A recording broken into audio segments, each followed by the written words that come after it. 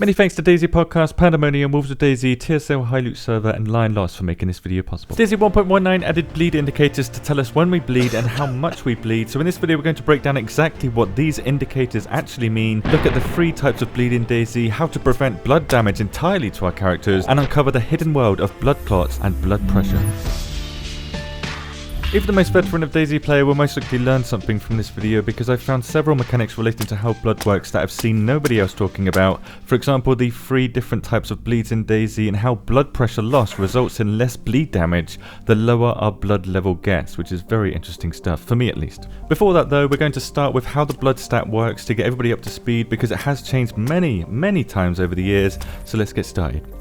As a freshly spawned character in DayZ, you start with 5,000 blood, which cannot be directly reduced by AI or other players, as a bleed is needed to inflict any blood damage at all to our characters, so gunshots do not reduce your blood, bleeds do.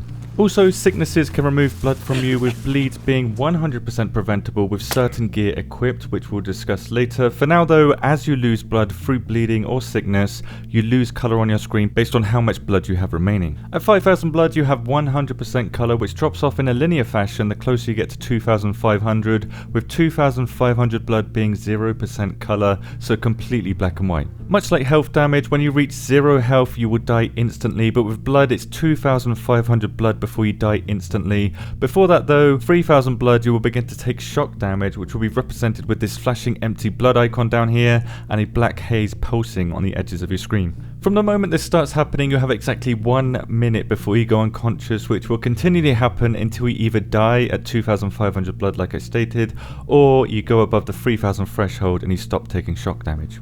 If you find yourself in a situation like this, which I'm sure many of you have, there are several ways to regen your blood stat, with the obvious ones being a compatible blood bag on yourself, which can give you a maximum of 500 blood, but you can have a variety of blood amounts inside these blood bags. However, if you use the wrong blood type, you will immediately go unconscious and lose a huge 1,000 blood, so be very careful with this.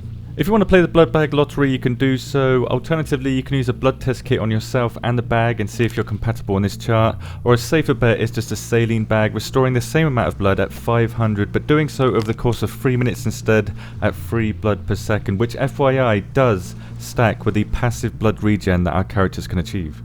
I'll go into more detail on how our characters regenerate in a future video, but for this video you need to be very aware of the important fact that passive blood regen does not happen while you are bleeding. This means even the tiniest of the 3 types of bleed we're going to discuss in this video will impede your character's ability to regenerate from damage.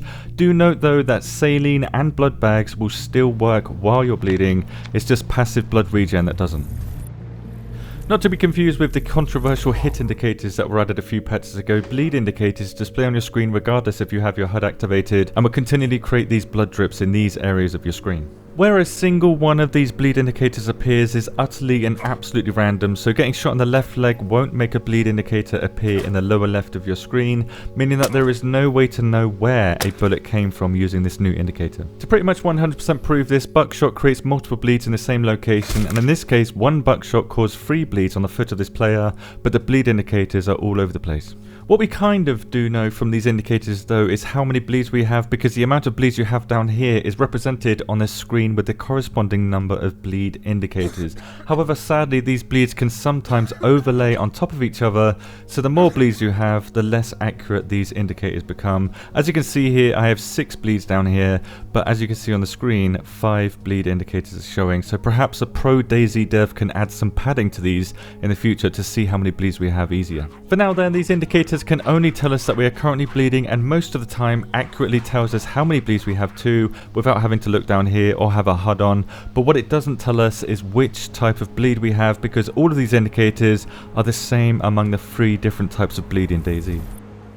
Like I said earlier, you cannot take blood damage directly, so the only way to lose blood from another player or AI is through bleeding. Now you may believe that the bigger the gun you're shot by, the more you're going to bleed, or the bigger the animal that hit you, the more you're going to bleed, but this is folly. Whether you have a scratch on your foot from running with no shoes, or you get a double-barrel double shot to the ankle bone, you're going to bleed the exact same amount. The reason for this is that the 3 different bleeds in DayZ are statically tied to body parts, so it's not actually the source of the bleed that gives us the 3 varying levels of bleed, it's the body part that received the bleed. So the feet and hands bleed at 2 blood per second, the legs and the arms at 12 blood per second, and the torso and the head at 20 blood per second. This covers all of the body parts in DayZ. These are the 3 types of bleed, 2, 12 and 20, and whether the bleed was caused at point blank by a Mosin or a Mosin shot at 1 kilometer away makes absolutely no nevermind. Only the body part dictates the bleed amount. If you were shot in a body part at any distance and it made you bleed, you'll bleed the exact same amount every time. Now if you have 2 bleeds, you will lose blood at twice the amount seen here, but the lower your blood becomes, the less blood per second you lose from each of these bleeds due to a secret stat called blood pressure.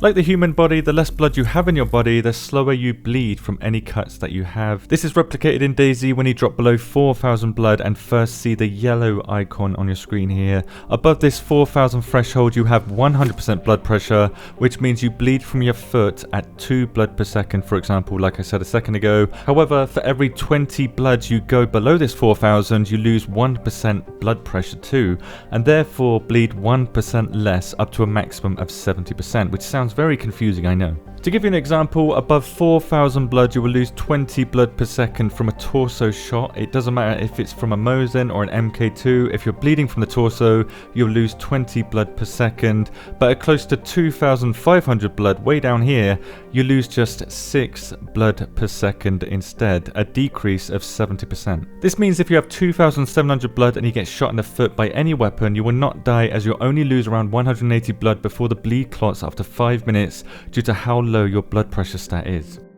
All of the bleeds you receive in DayZ are on an exact timer of 5 minutes before they clot and heal themselves, exactly 5 minutes every single time, every single bleed. However, if you let the bleed clot itself, you have a 40% chance to get wound infection, which is pretty damn deadly if you don't know how to treat it. So if you don't know, here is a guide just for that. This 40% is non-negotiable. Your immune system strength doesn't take part in this 40% value. It's 40% every single time, so letting your bleeds clot up is a very bad idea unless you know how to deal with wound infection. If you don't feel like bleeding after someone shoots you in the frickin' eyeball with a Mosin, you can choose not to with any helmet or vest that has the armor stat, of which here are the 3 vests that have an armor stat. For some reason, the armor stat nullifies bleeds from happening on these 2 body parts. As long as it's attached to your body part and it's not ruined, these 2 will protect you 100% from bleeding, which, if you were listening earlier, are the worst places to bleed to. 20 blood lost per second from a headshot, which makes you bleed, or from a torso shot that makes you bleed, making helmets and vests even more a necessity in DayZ. However, regular clothing doesn't appear to have any protective properties at all when it comes to stopping bleeds, as tested briefly several times. In a future video though, I will go more in depth on protective properties of clothing and armor in DayZ, but we recently learned a lot about how damage works already with this hitbox video, which coincidentally shows off these 3 bleed damage hitboxes I mentioned earlier. There are 6 hitboxes that can bleed in DayZ, and this video shows all of them. Thank you very much for watching, and have a good day.